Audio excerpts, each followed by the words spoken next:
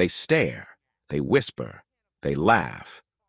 In a luxury showroom where prices start at what most people earn in a year, a black man walks in, not dressed for their expectations, not playing by their unspoken rules. The manager's voice slices through the room like a sneer. "Men like you don't belong here. Don't waste our time." Cameras watch, customers smirk. Humiliation becomes entertainment. But what nobody knows, not yet, is that this nobody owns more than the entire building they're standing in. And today, arrogance will pay its price. Leon Carter pushed open the glass doors of Monarch Elite Motors, a luxury dealership famous for turning wealth into status. The showroom smelled of polished steel and money. Crystal lights shimmered above rows of gleaming machines, precision beasts built for executives and royalty. Leon didn't look like either. His jeans were worn from carpentry work he personally did on youth centers. His shirt carried the marks of real labor, not weekend hobbies. His shoes were comfortable, not designer. To a stranger's eyes, he looked like someone who should be servicing these vehicles, not purchasing one. But today wasn't about first impressions. His daughter, Talia, was graduating top of her class in 1 week. She had worked through every challenge life threw at her. Leon promised her a car, a reliable, safe, and proud symbol of how far she'd come. He wanted something elegant, something that wouldn't just move her, but celebrate her. He paused by a sleek executive sedan. The badge sparkled under the lights, a strong, dependable machine. Talia deserved that and more. He waited for help. 1 minute, 2 minutes. 5 minutes. Salespeople walked by, eyes scanning him, then quickly away. Not a single greeting. Conversations resumed as if air itself had no right to disturb them. Leon inhaled slowly. He knew this feeling too well, the assumption that he didn't belong, the silent accusation that his presence was a mistake. Finally, a sharp voice cracked across the marble floor. "What is this doing here?" Leon turned. Carlton Reeves, the dealership manager, strutted forward with a smirk carved across his face. His steps were exaggerated, loud, making sure everyone heard before he even spoke. Carlton didn't get close enough to shake hands, just close enough to inspect, judge, and dismiss.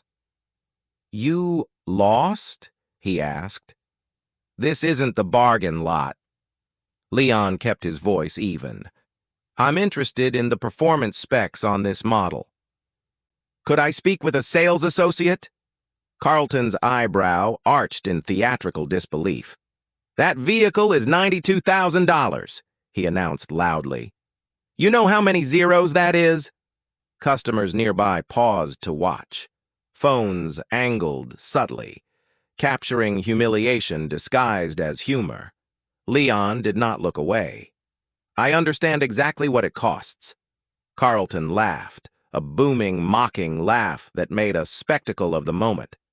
"Some people come here to take pictures," he said, waving a hand dismissively. "Others come to waste time." Then his tone sharpened, crueler. "You're making my actual buyers uncomfortable," Carlton declared. "Go back to wherever you came from. We don't play pretend with luxury." A few customers chuckled. Others looked guilty, but still looked away. Leon's jaw tensed. His heart punched against his ribs.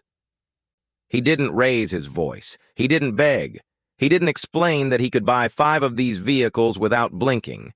He didn't reveal anything about who he truly was. He simply walked out. Silence trailed behind him, mixed with shame that did not belong to him. Outside, he sat in his truck. He stared through his windshield at the building's glimmering facade, the same structure he had financially influenced without anyone here knowing. 3 years ago, his manufacturing firm had signed a major supply deal with the conglomerate that owns Monarch Elite Motors. It was Leon's innovation that allowed them to expand their high-end product line. He may not have looked wealthy, but he made others wealthy every single day. He took a breath. Then he made a call. "Hey, Rahul," he said when the general counsel of the parent company answered. "We have a problem." Rahul listened, not just to the facts, but the weight behind them. "I'll take care of this," the attorney promised. Leon didn't ask for revenge, just fairness, respect, dignity. 1 hour later, Carlton Reeves' world collapsed faster than it took him to laugh. The showroom phone rang. Reception answered, eyes widening, then passed the call to Carlton, his face drained of color while listening. "No, please, there's been a misunderstanding," he stammered into the phone. Everyone stared. He stepped aside, hands trembling, voice cracking. I didn't know who he was." The assistant manager approached after the call ended. "See, Carlton? What's wrong?" Carlton swallowed. "I've been terminated, effective immediately." His badge was deactivated before he could even leave the floor. A company-wide announcement followed. Leadership change, zero-tolerance policy on discrimination, immediate review of customer engagement standards, public apology forthcoming. People whispered now, not about Leon's clothing, but about Carlton's downfall. 2 corporate representatives arrived shortly after. They asked the team, "Has this happened before? Did anyone ever speak up?" Silence cut deeper than any answer. Everyone knew the truth. They had seen countless versions of that moment, but never the consequences. Leon didn't return to the dealership to gloat. He didn't need to. Instead, he drove to a competitor dealership, one that valued courtesy over showmanship. He purchased the perfect car for Talia. When the keys clicked in his hand, he felt pride, not in the metal and machinery, but in the victory of staying composed when he was underestimated, dismissed, and humiliated. On graduation day, Talia saw the car parked outside. Tears filled her eyes. "Dad, how did you, "I promised you," Leon said gently. "Never let someone decide what you're worth by what they think they see." Talia hugged him hard, the kind of embrace that rewrites pain into strength. Leon looked out at the world, not angry, but unbroken. People like Carlton judge surface. People like Leon define substance. And today, substance won.